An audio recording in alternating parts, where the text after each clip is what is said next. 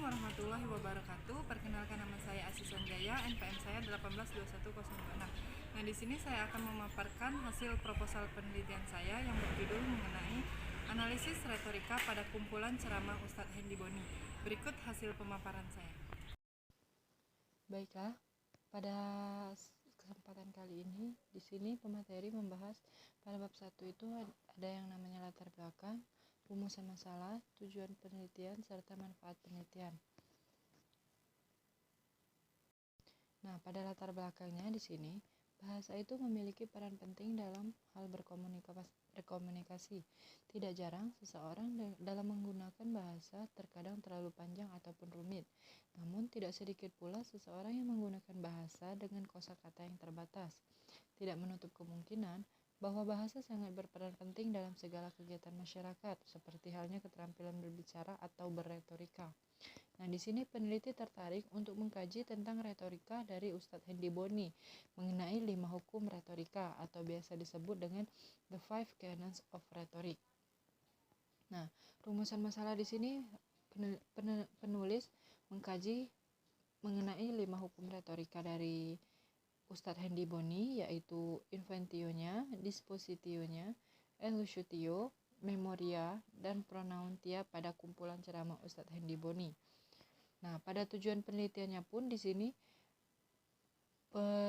peneliti ingin mendeskripsikan dari kelima hukum retorika pada kumpulan ceramah Ustadz Hendy Boni. Nah, manfaat penelitian di sini yaitu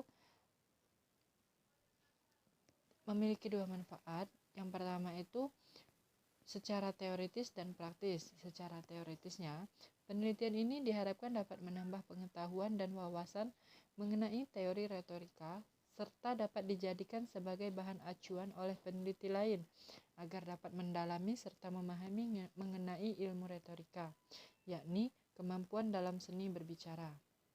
Nah, pada kajian pustakanya, di sini peneliti mengkaji mengenai retorika dari 5 hukum retorika tersebut. Nah, yang pertama itu ada hakikat bahasa. Nah, bahasa di sini ialah alat komunikasi antar anggota masyarakat, baik berupa lambang bunyi yang dihasilkan oleh ucap manusia. Nah, bahasa sendiri meliputi ke dalam 2 bidang, yaitu pertama bunyi yang dihasilkan oleh alat ucap manusia dan arti makna yang tersirat dalam arus bunyi itu sendiri. Selanjutnya, mengenai retorika. Nah, pada retorika adalah ilmu dan juga seni. Nah, maksudnya apa? Nah, sebagai suatu ilmu, retorika dapat dipelajari secara sistematis dan teratur. Sedangkan sebagai seni, retorika akan lebih mudah berkembang dan dikuasai oleh mereka yang memiliki secara alamiah. Nah, maksudnya di sini ya, retorika itu suatu istilah yang secara tradisional diberikan pada suatu teknik pemakaian bahasa sebagai seni yang didasarkan pada suatu kepengetahuan yang tersusun baik. Nah, pada bentuknya, retorika memiliki 2 bentuk. Yang pertama itu monologika dan dialogika. Secara monologika itu apa? Nah, monologika itu ialah tentang seni berbicara secara monolog, yang artinya dalam monologika hanya satu orang yang berbicara saja, yakni seorang yang berbicara kepada orang lain atau kepada sekelompok orang. Sedangkan secara dialogikanya adalah ilmu tentang seni berbicara secara dialog, di mana 2 orang atau lebih berbicara atau mengambil bagian dalam satu proses pembicaraan. Selanjutnya, retorika. Retorika di sini memiliki 4 fungsi. Yang pertama itu membimbing penutur untuk mengambil keputusan yang benar. Yang kedua itu membimbing penutur untuk secara lebih baik memahami masalah kejiwaan manusia pada umumnya dan kejiwaan pada diri pendengar khususnya.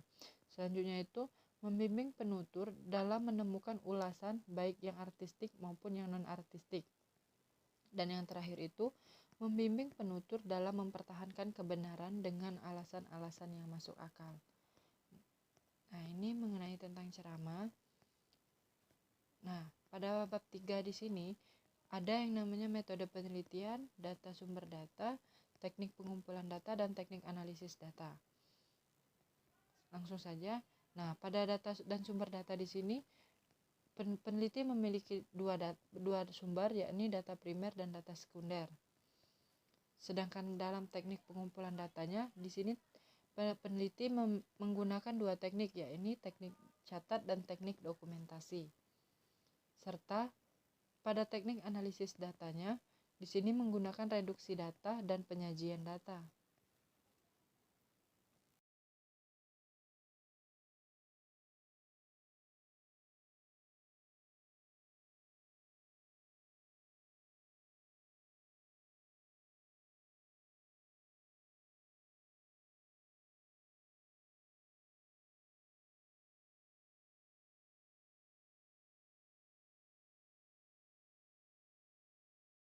Demikianlah hasil pemaparan dari hasil proposal penelitian saya. Saya akhiri. Wassalamualaikum warahmatullahi wabarakatuh.